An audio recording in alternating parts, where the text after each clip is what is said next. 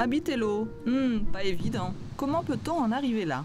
Voilà, quelqu'un de la famille, il voulait une personne pour travailler sur un bateau. Et je suis venue comme ça pour donner un coup de main, pour faire à manger, pour s'occuper des câbles, des écluses, tout ça. Pendant 3 ans de recherche, eh bien, je me suis attaché à essayer de trouver un bateau un petit peu historique. Déjà au début on les voit tous pareils, après ils sont tous différents. Eh bien, j'en voulais un à la fin, un peu le bateau impossible. Eh bien, j'ai trouvé celui qui me convenait, hein, c'est le Ravir. Je suis tombé amoureux d'une péniche et j'ai eu envie qu'elle devienne ma maison. Et puis du coup, comme j'étudiais la médecine chinoise, je me suis dit que ce serait formidable de faire un cabinet flottant à bord de la péniche. J'habite seul cette péniche et le fait de la partager avec d'autres personnes, avec des hôtes, donne à mon action du coup du sens. Voilà, c'est dans ce partage que je vis avec les chambres d'hôtes que je trouve du sens à ce que je fais. Je suis très heureux que la péniche soit aussi vivante que ça, avec plein de gens qui arrivent, qui partent, qui projettent des choses, qui ont envie d'échanger. La péniche me parle puisque je suis originaire du nord de la France, donc toute mon enfance j'ai vu passer les péniches sur les canaux. Être ici dans le logement du marinier, donc là où vivait effectivement le propriétaire de cette péniche à l'origine, c'est vraiment très intéressant, cet espace de vie.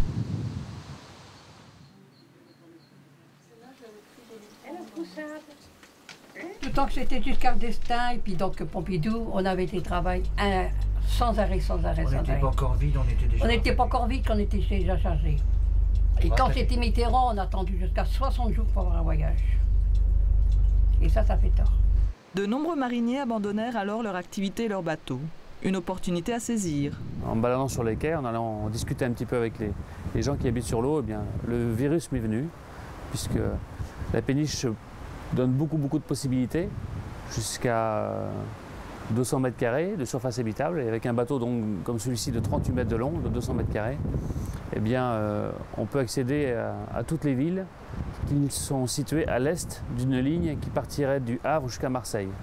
Au départ, quand j'ai commencé la réhabilitation de la péniche, j'ai eu besoin de sous, et c'est vrai que le fait de louer une partie de la péniche, ça m'a permis de financer les travaux. Ici, il y avait une cloison qu'on ouvrait comme ça, comme une porte de placard.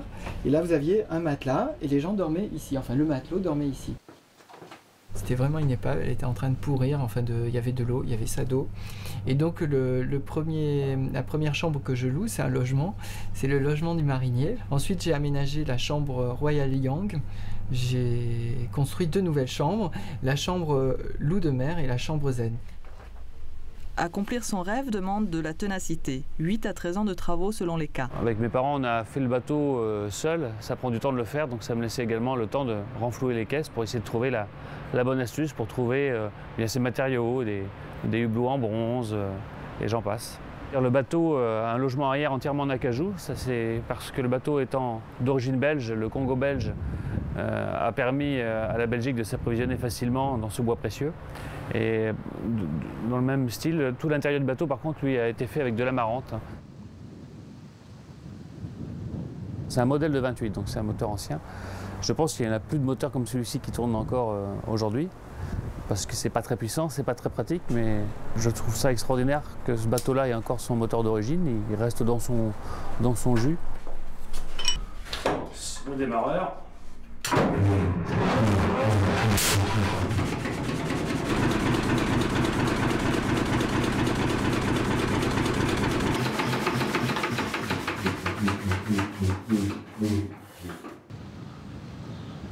Mais tout ne tourne pas toujours rond. Habiter sur l'eau présente aussi des contraintes. À tous les niveaux, au niveau de la production de l'électricité, de l'eau, la passerelle, l'amarrage, l'entretien de la coque, les intempéries. J'ai adopté à 400% ce mode de vie.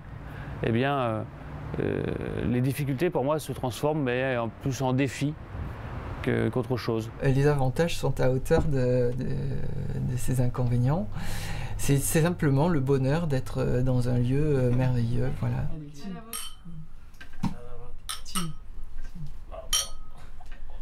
Il y a une ambiance sur les bateaux qu'on trouve nulle part ailleurs sur la Terre. Un peu l'impression qu'on a créé un univers qui nous est personnel. On a pris le canal du Midi jusqu'à Béziers, où là par contre là c'est extrêmement bas. en démontant tout le poste de pilotage, etc. Certains ponts passent à 1 cm de la barre. Et ça frotte sur les côtés. Tous les gens qui ont une péniche, ils ont comme ça des projets de vie un peu... C'est tous des personnalités un peu spéciales, quoi. Parmi les péniches, en fait, il y a un sous-marin qui est là.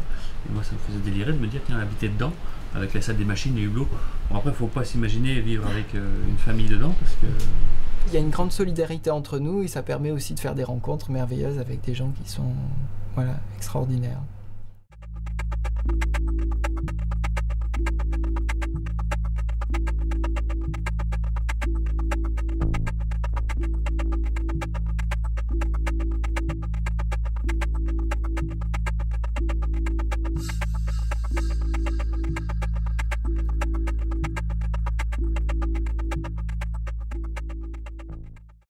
Je me vois pas revenir en arrière pour l'instant et habiter sur Terre. Moi, ça me plairait, moi, mais pas lui. Il ne veut pas quitter son bateau. Mais moi, j'aimerais bien. Je dénigre pas une maison sur Terre, pas du tout, mais... Enfin, il y a de très très belles maisons, on verra bien, mais j'ai pas envie.